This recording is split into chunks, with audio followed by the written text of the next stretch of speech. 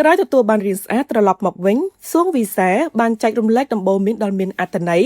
លើបញ្ហាដែលខ្លួនអាចសម្រេចបានរយៈពេលជាង2ឆ្នាំនៃការបាត់មុខពីសិល្បៈតារាចម្រៀងអ្នកនាងសួងវិសាស្ថិតនៅក្នុងស្ថានភាពឡើងទម្ងន់ជាខ្លាំងបន្ទាប់ពីរៀបការរួចតាមពិតទៅនេះគឺជាបញ្ហាទូទៅដែលតែងតែកើតឡើងលើស្ត្រីស្ទើរតែគ្រប់គ្នាទៅហើយក៏ប៉ុន្តែសម្រាប់អ្នកចម្រៀងដូចជាអ្នកនាងវាពិតជាមានផលលំបាកជាច្រើនជាមួយនឹងរាងកាយធាត់នេះពិតជាមិនអាចប្រកបការងារសិល្បៈបានដោយរលូនឡើយទេ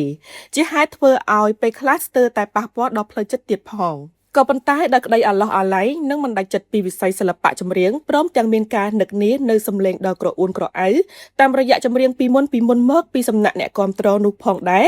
អ្នកនាងសួងវិសាបានតាំងចិត្តយ៉ាងមុតមមក្នុងការសម្រកទម្ងន់ដើម្បីវិលត្រឡប់មកជួបអ្នកគាំទ្រដែលកំពុងទន្ទឹងរង់ចាំជួបអ្នកនាងសាជាថ្មីហើយលទ្ធផលពិតជាមិនខកបំណងការតាំងចិត្តនិងលុតដំរាងកាយមួយនេះធ្វើឲ្យអ្នកនាងសួងវិសាអាចសម្រេចបានលើបញ្ហារាងកាយថត់ទាំងស្រុងឲ្យត្រឡប់មកសភាពដើមវិញបានយ៉ាងជោគជ័យជាទីគាប់ចិត្តធ្វើឲ្យអ្នកគាំទ្រមានការភ្ញាក់ផ្អើលនិងផ្ទុះការសរសើរព្រាងព្រាតដើម្បីជាកម្លាំងចិត្តដល់អ្នកដែលកំពុងជួបការលំបាកបែបនេះអ្នកនាងសួងវិសាក៏បានចែករំលែកដំបូន្មានល្អៗថាខ្ញុំធ្វើបានអ្នកទាំងអស់គ្នាក៏ធ្វើបានកុំបោះបង់ខ្លួនឯងចោលគ្មានអ្វីធំជាងការតាំងចិត្តនោះទេគ្រប់យ៉ាងគឺមានតែខ្លួនយើងទេដែលអាចកំណត់អនាគតខ្លួនឯងបាន